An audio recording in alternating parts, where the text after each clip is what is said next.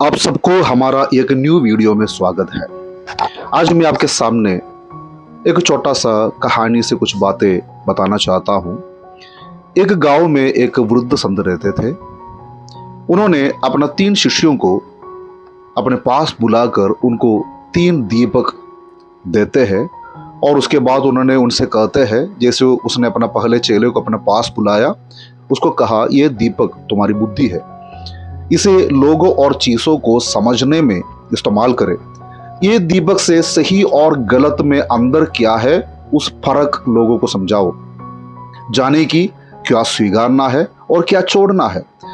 इस रोशनी का अर्थ है सच्चाई और समझदारी से कैसे दुनिया में एक दूसरे से प्यार करना। और उसके बाद उसने अपना दूसरे शिष्यों को पास बुलाकर उनसे कहा, यह दीपक तुम्हारी इच्छा शक्ति है। जब तुम्हारी भावनाएं तूफान की तरह उठे तो ये दीपक तुम्हें सही रास्ता दिखाएगा। इसको इस्तेमाल करके दया, करुणा और साहस जैसी भावनाओं को अच्छे कामों में बदले। सिर्फ महसूस मत करो बल्कि कुछ अच्छा करके दिखाओ।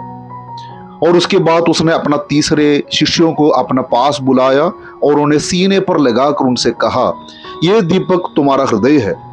इस दीपक को ईश्वर के प्रेम से जलाए रखे, इसे अपने भीतर सबसे गहराई में लाओ ताकि बाकी दोनों दीपक इसी दीपक के कारण जलते रहे। और कुछ समय के बाद संत जी अपना तीनों चेले से वापस मिल जाता है। तब उन्होंने एक दूसरे से बात करने लगते हैं। तो पहले शिष्य ने उनसे कहा, मैंने अपना बुद्धि से लोगों की मदद की और उन्हें सही और गलत के बीच की अंदर क्या है सिखाया है। दूसरे शिष्यों ने कहा, मैंने अपनी भावनाओं को अच्छा कामों में बदला। मैंने भूखों को खाना खिलाया और दुखियों को मैंने सांत्वना भी दिया। और उसके बाद तीसरे चेलों से उनका मुलाकात होता है। उसने मुस्कुराते हुए संत जी से कहा, मैंने अपना हृदय के दीपक को ईश्वर के प्रेम से जलाए रखा, इसलिए बाकी दोनों दीपक हमेशा जलता रहा। संत ने उत्तर में उनसे कहा, यही जीवन का रहस्य है। बुद्धि से दुनिया से प्यार करो, इच्छा शक्ति से अपना भावनाओं से प्यार करो और हृदय से ईश्वर से प्यार करो। जब ये तीनों दीपक जलते हैं तो जीवन में कभी अंधेरा नहीं होता। अपनी बुद्धि से लोगों और चीजों से प्रेम करो। इसका मतलब है समझदारी और विवेक से प्रेम करना। अंधा प्रेम नहीं करना चाहिए, बल्कि ये जानना जरूरी है कि कौन व्यक्ति या चीज आपका जीवन में सही है। अब देखो, माता पिता अपने बच्चों से कैसे प्रेम करते हैं, और केवल प्रेम नहीं बल्कि साथ साथ उन्हें सही और गलती भी सिखाता है। आरसू ने कहता है, सच्चा प्रेम वही है जो आपके सच्चे गुणों को बढ़ाता है और बुरे गुणों को कम कर दिया जाता है।